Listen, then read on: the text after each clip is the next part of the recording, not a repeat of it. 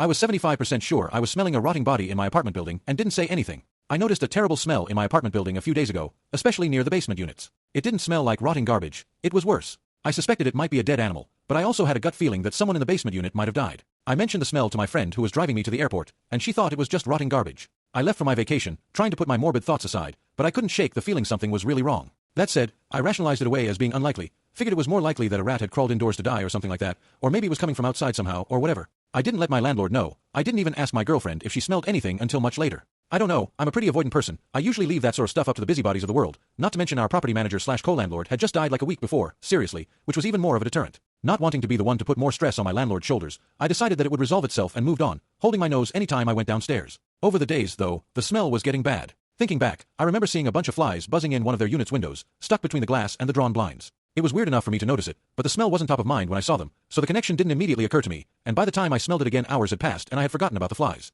Wasn't any of my business, I figured, and I love minding my own business.